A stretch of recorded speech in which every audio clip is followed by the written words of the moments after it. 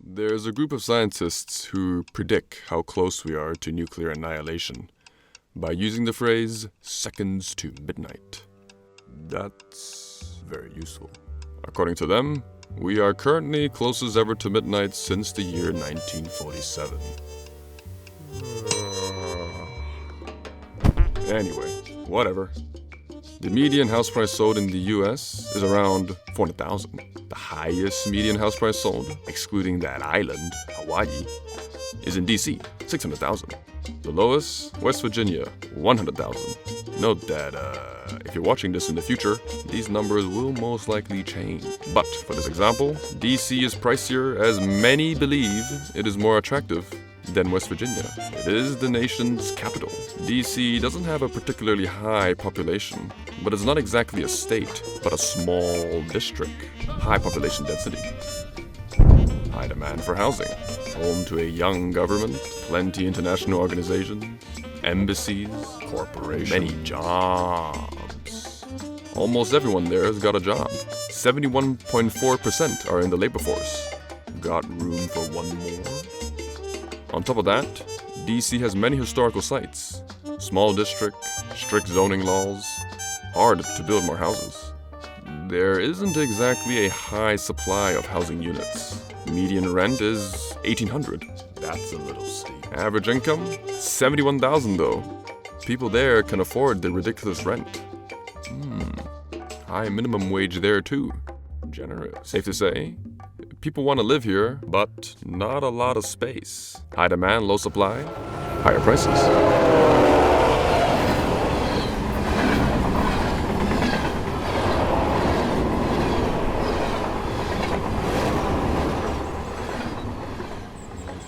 I agree with John Denver. West Virginia is beautiful. But in his popular song, Take Me Home, Country Road, you don't exactly hear the words, booming metropolis. Higher population than DC, but it's a state, not a tiny district. Bunch of forests, plenty of room for everybody. Only 53% of the locals are registered in the labor force. What's everyone doing over there? Dancing with the Stars. Got room for one more. The average income isn't as high as DC. Not a whole lot of job opportunities. People leave for better jobs and opportunities elsewhere. Plenty of housing units though. Median rent is much lower at $800. Plenty of country roads, Blue Ridge Mountains, but low demand, high supply, lower prices. For now.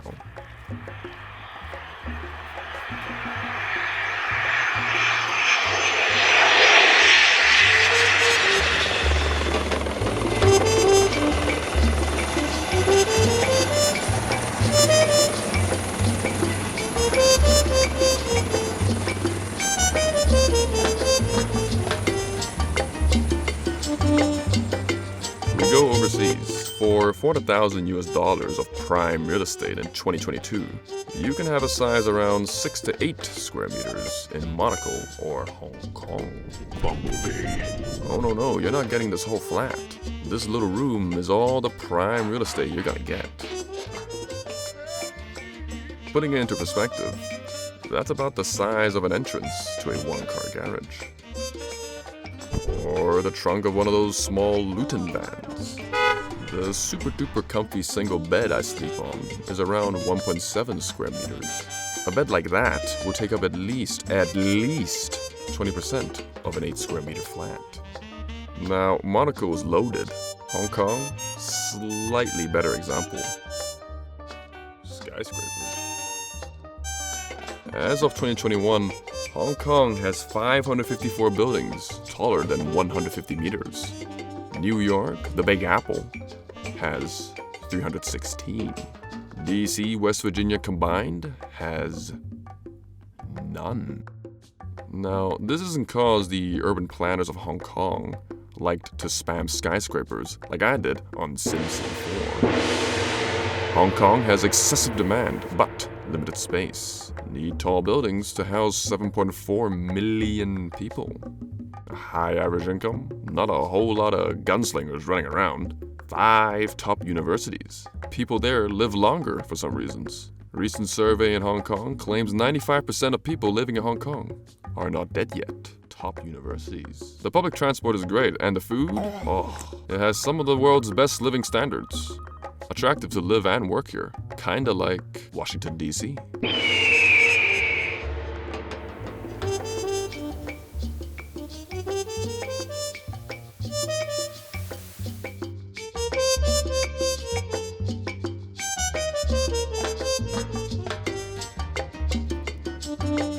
On the other hand, for $400,000 US, you can have a place in Cape Town for about 87 square meters. Now that's a nice place. Cape Town isn't as densely populated. However, wages are lower. Droughts are common. Living standards? Crime? Higher. Much higher. Gang violence is quite common throughout South Africa. Your chances of running into dangerous gangs is never zero.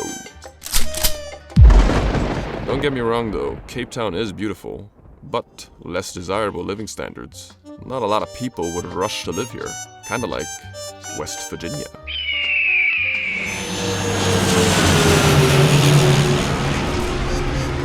Technically, you can have a place in the Sahara Desert for a total of $10 US. The price of a sticky bum tent I found on Craigslist. However, you're kinda in the middle of nowhere. It's cold. Hot. There's no water. No cheeseburgers. No... Good luck finding a doctor. And your neighbors, very rude. I'm a snake. 立地が良ければ良いほど価格は高くなり、貴重な不動産は立地が鍵となり、敵は日々強くなります。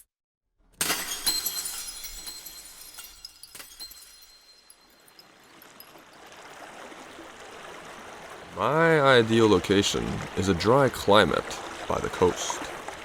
Coastal areas tend to be richer and more developed. More jobs and supermarkets. 40% of the total population is estimated to live within 100 kilometers off the coast. The other 60% lives in India. However, the natural land size of coastal areas will most likely remain the same, unless we perform shoreline reclamation or dig deep. The demand can greatly increase, but if supply remains the same, property prices will most likely continue to increase along the coast. Which means, in the future, the only beachfront property you can buy will be the desert.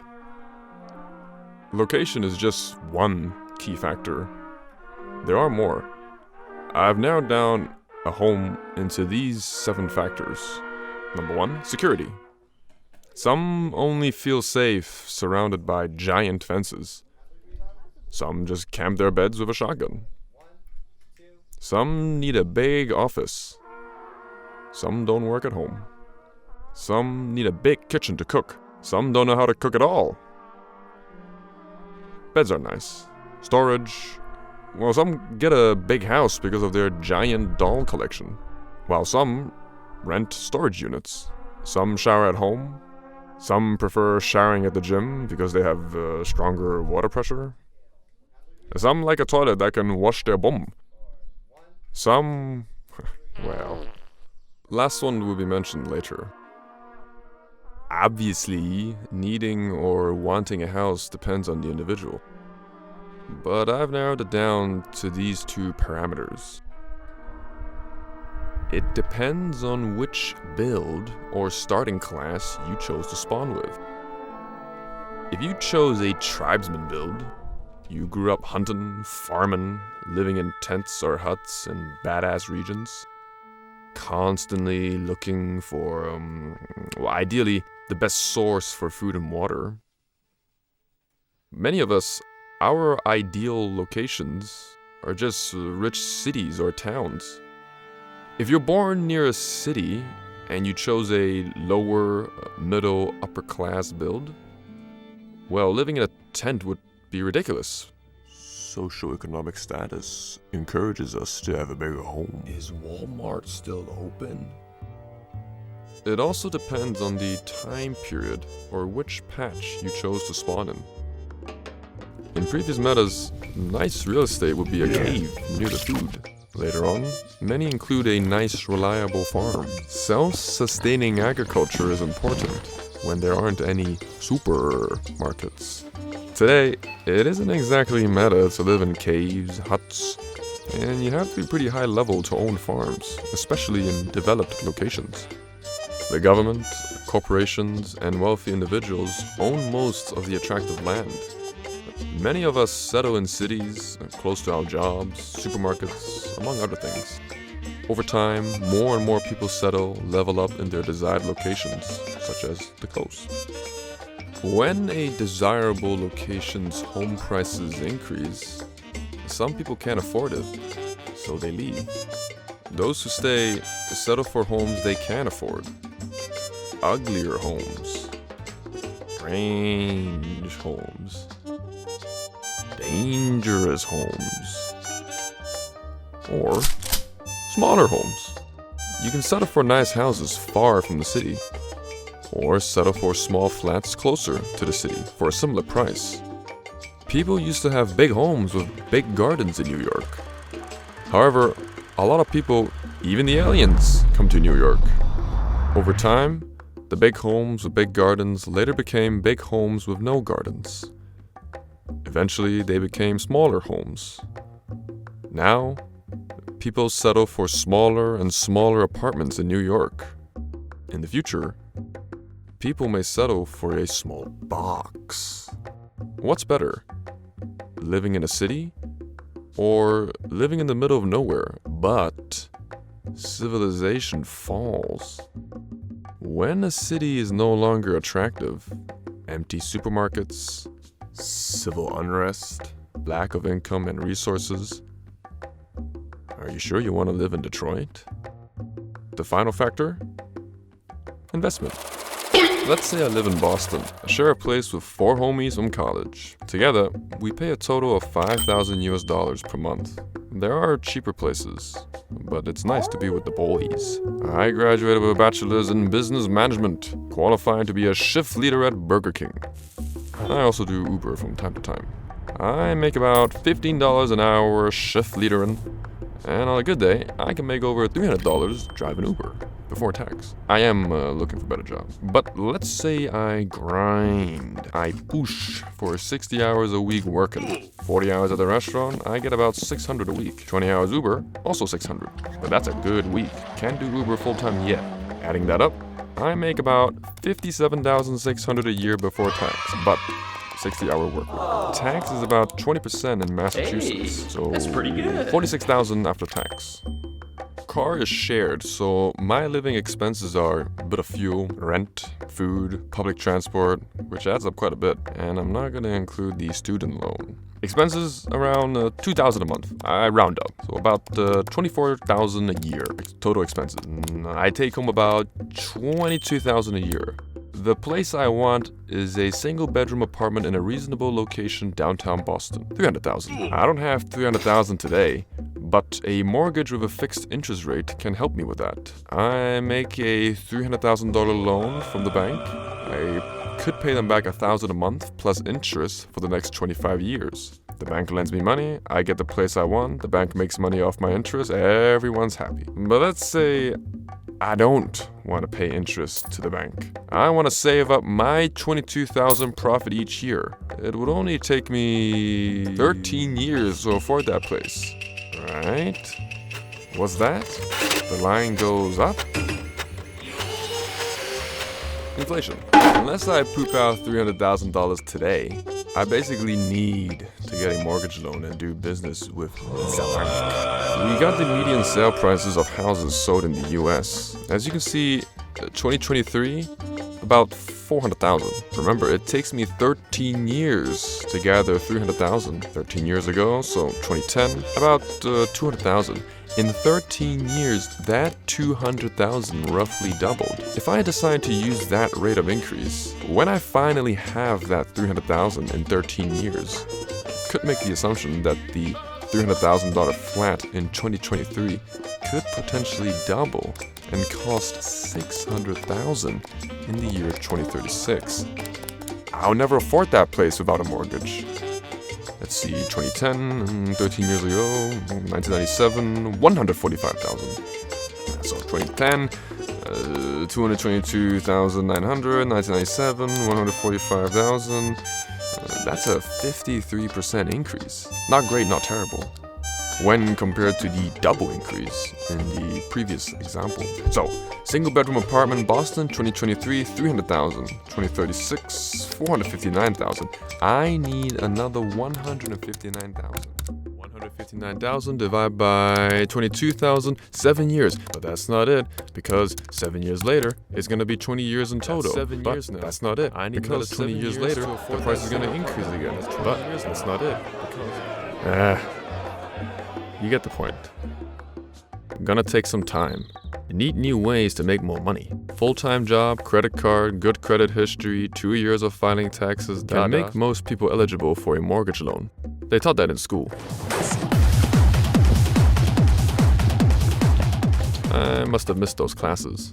But hey, the internet is great. In the current meta, home properties are great investments for those who can afford it. Fantastic investments because the value could potentially double in 13 years, right? And you get a nice place with 4 walls. Many buy more than one because the cheapest price was before, second cheapest price is now, and tax deductions, etc. But remember, this was the median house price sold in the entire US. Some properties could drop in value. However, there will always be demand for quality housing in popular locations, unless something huge happens. Apparently, it's 90 seconds to midnight. We got the pandemic, wars between nuclear superpowers that seem to escalate instead of de-escalate. We got scientists saying this can happen, that can happen. Volcanoes here, earthquakes there, asteroids this, climate change that. I'm not one to proclaim the world may end, but if it does... If our primordial overlords decide to throw in their latest patch update, another DLC none of us asked for. Don't do it. I'm screwed. Supposed to be the sentient, intelligent life form on this server. An ant has the highest brain-to-body mass ratio, but an ant can't buy a house, drive a car, flip a patty, or wear a hat. But it survives. No matter how much I spray at them, they always... What is this? Charging your iPhones? Get out. Imagine me with my $300,000 flat. Suddenly, Apocalypse DLC. Patch update. Meta shift. The flat now valued at 1 sack of potatoes. Meanwhile, man like Bob spends $300,000 on guns and ammunition. Bob sees my flat. Bob, he wants my flat for whatever reason. Who do you think gets the flat? If the brink of civilization collapses upon us, you got $300,000. What would you rather have? A $300,000 home? Or at least 1 crossbow, 1 vehicle, $200,000 of canned beans and chips? That's why most housing properties are C-tier in our ultimate end-of-world tier list. $300,000? It better be bulletproof, indestructible, encased in golden marble. Or one in the countryside with a big garden, in case something bad is coming. Won't guarantee your survivability though, unless it's made out of chocolate. Expensive in cities, and cities can have major downsides in cataclysmic events. Imagine having difficulty escaping or leaving behind something once worth $300,000. But when you're going somewhere and start wondering if you have everything you need, this list may help. Shelter is obviously S tier, very important. Land is better because you can build anything. A house, a bunker, a farm, an operation, but a video for later. So far, the world is not ending, but I'm not ready if it does. This list is more catered for my build. Young, commoner, low finance, living in developed locations. Some struggles, but rarely experiencing the hardship a tribesman build would experience. Tribesman builds are built to survive. If you're sick of landlords, can comfortably afford any nice home or settle for a cheap one, congratulations. A home in a great location can be a great investment for net worth. Perhaps learning survival stuff can be a great investment for life.